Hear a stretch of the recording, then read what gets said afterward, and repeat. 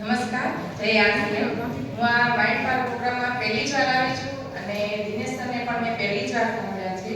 અને આજે એમને જે આખો દિવસની જે મીટિંગ રહી ને એમાંથી ઘણું બધું જાણવા અને શીખવા મળ્યું છે. જે ક્યાંયથી પણ કેટલી બધી પણ તમે ફીસ લઈને પણ તમે સાંભળો અને સાંભળવા માંગતા હોય, તમારું જીવન બદલવા માંગતા હોય એવી પણ કોઈ જગ્યાએ તમને આટલું સરસ એવું કહેવાય નોલેજ નથી મળતું. કોઈ ડોક્ટર પાસે કે કોઈ કલેક્ટર પાસે પણ આવું નોલેજ નથી જેટલું સરે આપણને આપ્યું છે. આપણી જિંદગી બદલવાનો એક મોકો મળ્યો છે આપણને. એટલે હું તો કહું ને કે આપણું એક જીવન જે આ આરસીએમ થકી જો બદલી જતું હોય બહેનો અને ભાઈઓ, તો આપણે આ જે કહેવાય ને કે આપણા સર જે છે રમેશ સર છે એની મુલાકાત એકવાર અચૂક કરીએ અને બધા લોકોને આપણે શેર કરીએ કે આપણા થકી ઘણા બધા લોકોના જીવન બદલાઈ શકે એમ છે. તો મારો તો એવો જ એક પ્રયાસ છે અને હું કરું છું, રોજ ડેઈલી કરું છું કે હું ઘણા બધાના જીવન બદલી શકું. અને આ જ રીતે જે સરે કીધું છે એ ધ્યેય પર ચાલુ છું.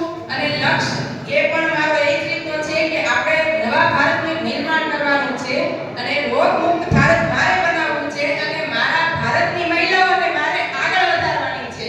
એટલે બધી મહિલાઓએ આપણે આગળ એક સાથે ચાલીને આ ઝુંબેશ સાથે આપણે કાર્ય કરવાનું છે. આરસીએમ શું છે એ આજે અહીંયા સ્ટેજ ઉપર આવીને મને ફર્સ્ટ ટાઈમ બોલવાનો મોકો મળ્યો છે અને આટલું સરસ આરસીએમ કામ કરી રહ્યું છે. આરસીએમ એનું કઈ એના શબ્દો નથી મારી પાસે આજે કે એને શું કહું એમ.